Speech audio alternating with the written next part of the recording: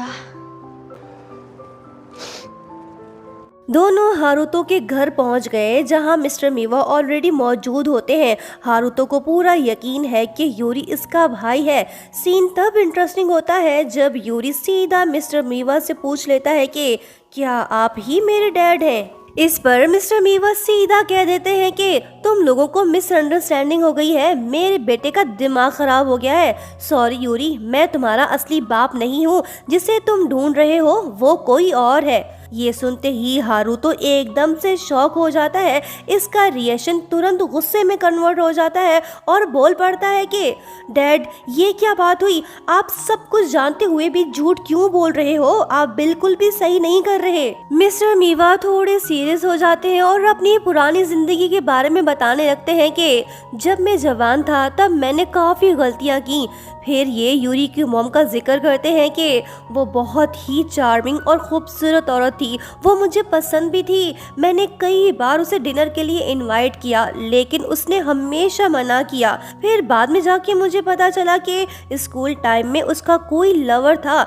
शायद वही इंसान तुम्हारा असली बाप हो सकता है। फिर मिस्टर मीवा यूरी को एक इम्पोर्टेंट एडवाइस देते हैं कि तुम्हें हिम्मत करके अपने पेरेंट्स से सीधा पूछना चाहिए, लेकिन यूरी तुरंत मना कर देता है। इसकी आवाज में डर क्लियरली फील हो रहा है। कहने लगा कि मैं ये नहीं कर सकता, मैं नहीं चाहता कि हमारे बीच ऑकवर्ड सिचुएशन बने। मैं उनसे कुछ नहीं पूछूंगा।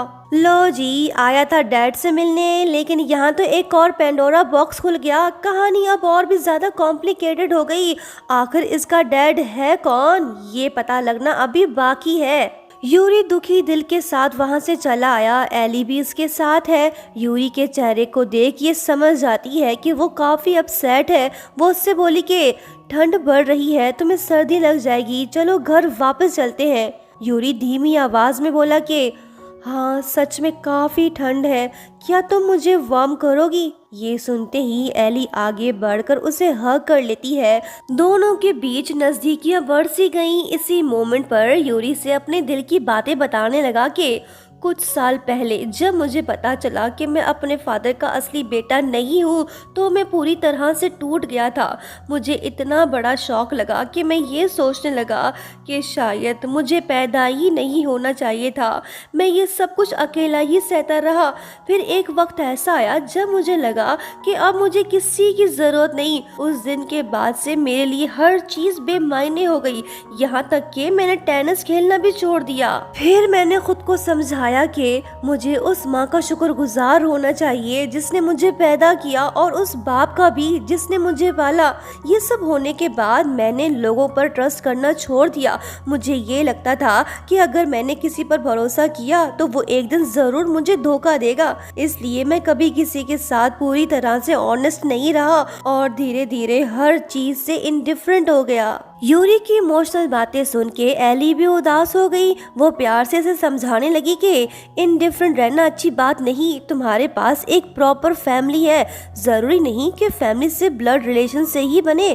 तुम्हारे दोनों मॉम डैड और बाकी सब लोग भी तुमसे बहुत प्यार करते हैं। मैं यकीन से कह सकती हूँ कि तुम उनके लिए एक बहुत ही इम्पोर्टेंट फैमिली मेंबर हो। ये सब कहने के बाद एली दोबारा से यूरी को हग कर लेती है, जैसे ही उसे एहसास दिलाना चाहती हो कि वो अकेला नहीं है। यूरी भी पहली बार ये महसूस करता है कि कोई है जो सच में इसकी परवाह करता है। फिर एली से थोड़ा दूर जाकर पूछने लगी कि यूरी, उस दिन स्कूल इन्फर्मरी में तुम मुझे इतने प्यार से क्यों देख रहे थे और मेरे इतने पास क्यों आए थे? आखिर किस लिए, बताना पसंद करोगे? यूरी ने सच्चे दिल के साथ जवाब दिया कि क्योंकि मैं तुम्हें लाइक करता हूँ। जब मैं पहली बार तुमसे मिला तुम तो बस नॉन स्टॉप स्पीकर बन के घूम रही थी, बिना किसी रीजन के रो पड़ती थी। सच बोलूं तो तुम एक ऑनेस्ट लड़की हो, जो दिल में आता है सीधा बोल देती हो। तुम इतनी ऑनेस्ट हो कि अगर तुम्हारे दिल में कोई सीक्रेट भी हो ना, वो भी 5 मिनट में पब्लिक कर दोगी।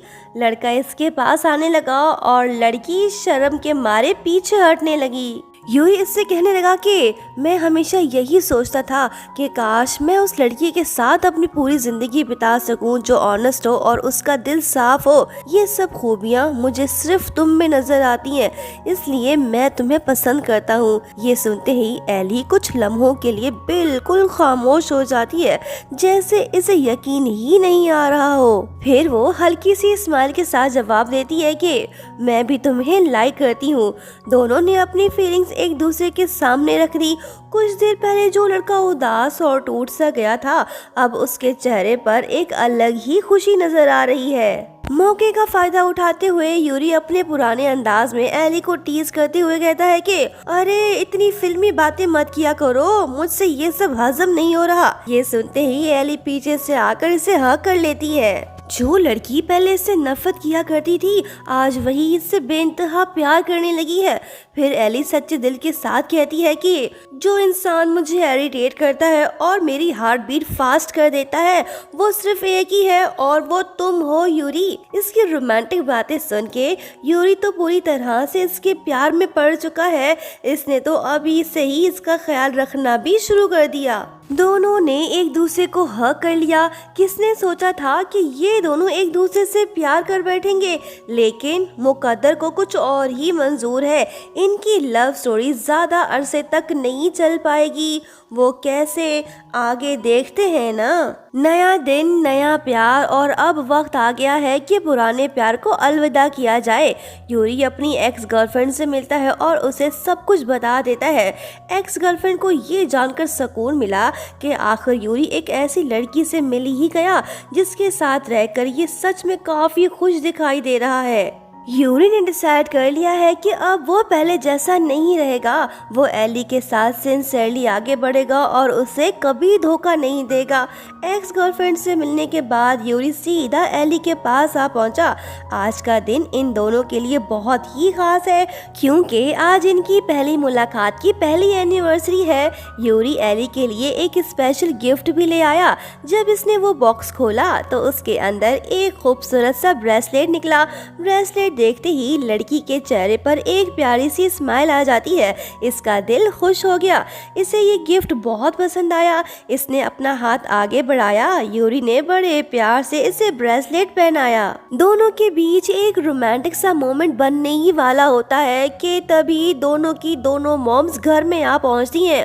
एली और यूरी घबराहट के मारे अलमारी के अंदर छुप जाते हैं। लैला मजनू की सांसें तेज हो गई और दिल जोरों से धड़कने लगा। जिस बात का डर था वही हुआ। एली की मॉम ने अलमारी का दरवाजा खोला तो इन्हें साथ में देख लिया। यूरी की मॉम भी हैरान रह गई। उसके दिमाग में बस एक ही सवाल गूंज रहा है कि आखिर ये दोनों यहाँ क्या कर रहे थे। सिचुएशन ऑकवर्ड हो गई। यूरी फौरन कोई बहाना बनाकर घर से बाहर निकल जाता है और एली शर्मिंदगी और घबराहट में अपने रूम को साफ करने लगती है। ये मामला फिलहाल यहीं पर खत्म हो गया। मॉम्स को शक तो होता है, लेकिन वो ज्यादा कुछ नहीं कहती। उसके बाद ड्रामे में आता है एक शॉकिंग ट्विस्ट जो सब कुछ बदल देता है। यूरी को एक ऐसी सच्चाई पता चलती है जिससे उसकी पूरी दुनिया ही बदल जाती है। उसे पता चलता है कि एली और उसके बीच का रिश्ता उतना सिंपल नहीं जितना वो समझ रहा था। उनकी फैमिलीज के बीच एक ऐसा कनेक्शन है जो उन दोनों के रिश्ते को गलत बना सकता है। आखिर किस वजह से यूरी एली से ब्रेकअप करके उसे खुद से दूर कर देगा।